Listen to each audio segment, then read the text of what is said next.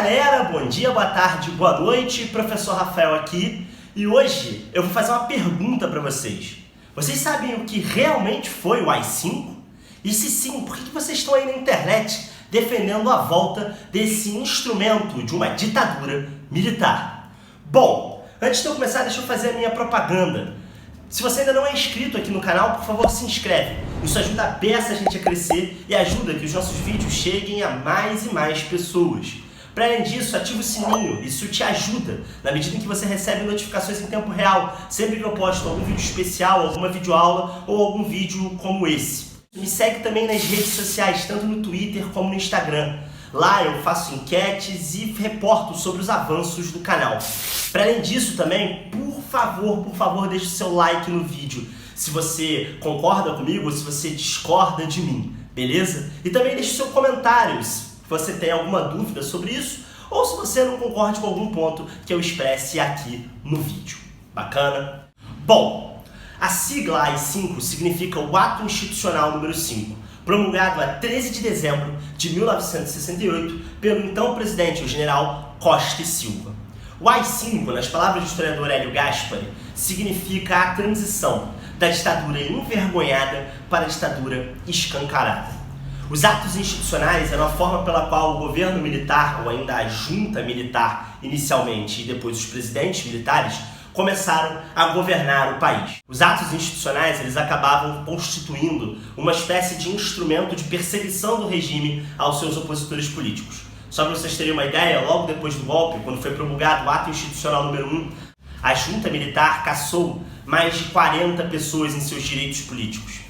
O ato institucional número 1 foi sucedido por uma série de outros que davam ao governo poder para que eles caçassem mandatos de opositores. Isso permitiu que o governo militar estabelecesse uma Câmara dos Deputados com 2 partidos apenas. De um lado a Arena e do outro lado a MDB. A Arena seria o partido do regime e o MDB seria o partido que a gente chama de oposição consentida. Entretanto, entre 64 e 68, o mundo e o Brasil vão mudar. Percebendo que aquele golpe militar, ao contrário do que alguns militares diziam, não seria provisório, uma série de pessoas vão começar a tomar as ruas em uma série de protestos, liderados sobretudo pelo movimento estudantil e pelos universitários. 68, ou ainda o maio de 68 do Brasil, vai ter um caráter de forte contestação do regime. E é a isso que o AI-5, ou ainda o Ato Institucional número 5, visará responder. A gota d'água para a promulgação do AI-5, defendido pela chamada linha dura do regime, ou seja, os militares que defendiam a permanência da ditadura por mais tempo e o endurecimento do combate à oposição, será um pronunciamento de um deputado do MDB, do partido da oposição consentida, um cara chamado Márcio Moreira Alves. No iníciozinho de setembro de 1968, o Márcio Moreira Alves vai instar as ardentes defensoras da liberdade, ou seja, as senhoras brasileiras, que não frequentassem o desfile do 7 de setembro, do dia da independência. E mais do que isso, de que também não saíssem com oficiais das Forças Armadas. Naquele momento, o pronunciamento do Márcio Moreira Alves vai ser encarado pelo presidente Costa e Silva como uma espécie de afronta direta ao regime militar. A isso juntam-se uma série de artigos escritos por um outro deputado do MDB chamado Hermano Alves. Isso tudo vai constituir uma séria ofensa ao regime, que já defendia um escancaramento da ditadura. Então, como resposta a isso, a ditadura vai pedir a cassação tanto do mandato de Hermano Alves como do Moreira Alves, os 2 deputados do MDB. E o problema todo começa quando a Câmara dos Deputados, que tinha a maioria de deputados da Arena, não aprova por 75 votos a cassação desses 2 mandatos. Deputados da Arena vão se revoltar contra isso e contra o que eles entendiam ser uma interferência direta do Poder Executivo no Poder Legislativo. E aí, o que é esse AI-5? Em primeiro lugar, o AI-5 vai determinar o fechamento, ou seja, o recesso do Congresso por tempo indeterminado. O Congresso vai ficar fechado por cerca de um ano, de dezembro de 1968 até outubro de 1969. Para além disso, ele permite que pessoas sejam julgadas à revelia dos seus direitos constitucionais, permite a suspensão dos direitos constitucionais de um determinado preso político. É o que a gente chama de suspensão do direito do habeas corpus, que é a base de qualquer democracia moderna atualmente. Para além disso, ele permite a cassação dos direitos políticos por 10 anos, sem nenhum tipo de julgamento prévio. E também o confisco de bens de pessoas que fossem consideradas como pessoas que tivessem enriquecido ilicitamente. Então, basicamente, o Estado poderia caçar os bens dos seus opositores políticos. Na prática, o AI-5 estabelece uma espécie de terror de Estado e uma perseguição generalizada que vai acabar escancarando a ditadura militar. E dito isso, agora que você já sabe o que é o ato institucional número 5, a pergunta de $1 milhão que não quer calar é: por que diabos você defende a volta disso? Eu sei que te parece muito bom eliminar a oposição sem que você converse com ela, mas pense que isso um dia pode se virar contra você.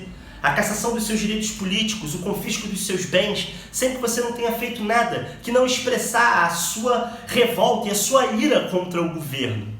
A defesa do AI-5, a defesa de um mecanismo de censura que tolhe a liberdade de expressão, ela não só é completamente incompatível com o liberalismo que a gente vive no Brasil hoje, mas ela é incompatível, sobretudo, com qualquer Estado democrático de direito e com qualquer liberdade individual. E aí, como eu prometi no início do vídeo, eu queria estabelecer algumas explicações do porquê o Brasil é um dos poucos países que pede a volta da sua ditadura ou ainda a volta de um instrumento de repressão tão violento que pode ser usado contra qualquer pessoa.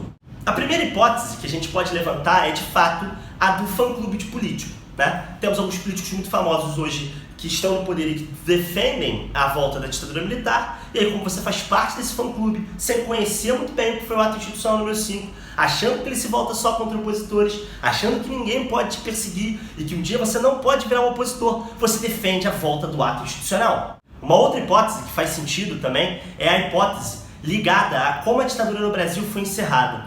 Ao contrário do que aconteceu nos nossos irmãos latino-americanos, como o Chile e a Argentina, na ditadura brasileira você não teve nenhum tipo de punição não só aos ditadores, mas aos torturadores do regime, que se valeram do AI-5 para torturar centenas de pessoas e matar outras centenas de pessoas.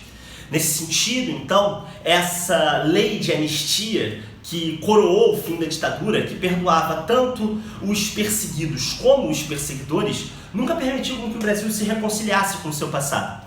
O Brasil parece celebrar uma espécie de esquecimento, que permite com que pessoas venham na internet e defendam o absurdo. Defendam, por exemplo, que o AI-5 foi algo necessário ou mesmo desejável aos olhos da história do país naquele momento. Essa cultura do esquecimento, que é tão típica do Brasil, foi celebrada na ditadura militar. Isso fez com que a gente não desenvolvesse uma consciência nacional, ao contrário do que acontece com os argentinos ou chilenos, que julgaram, por exemplo, não só os seus ditadores, mas julgaram também torturadores e pessoas que fizeram parte do regime. No Brasil, então, essa linha do esquecimento faz com que hoje a gente celebre e viva essas manifestações completamente absurdas que pedem a volta do autoritarismo. E, sobretudo, de maneira muito engraçada, que reclamam quando esse autoritarismo se volta contra si.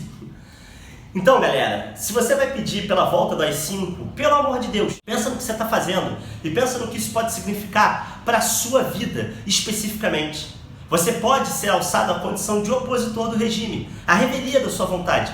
E aí todos os seus direitos podem ser cassados, todos os seus bens podem ser cassados. E você pode se ver numa sala de tortura. Você, ao contrário, independente se é de direita ou de esquerda, deveria estar se posicionando contra o retorno disso. Você deveria estar rezando e trabalhando para que isso nunca mais acontecesse. Para que essa página triste da nossa história, como cantou Chico Buarque, não retornasse nunca mais. Independente do seu lado político, independente se você é de direita ou de esquerda. A liberdade política, a liberdade de propriedade privada, ela vale para todos. Beleza, gente? Esse foi o nosso vídeo sobre o que foi o AI-5. Espero que vocês tenham gostado. Se vocês gostaram, curte o vídeo e compartilha com os coleguinhas, beleza? Um abraço.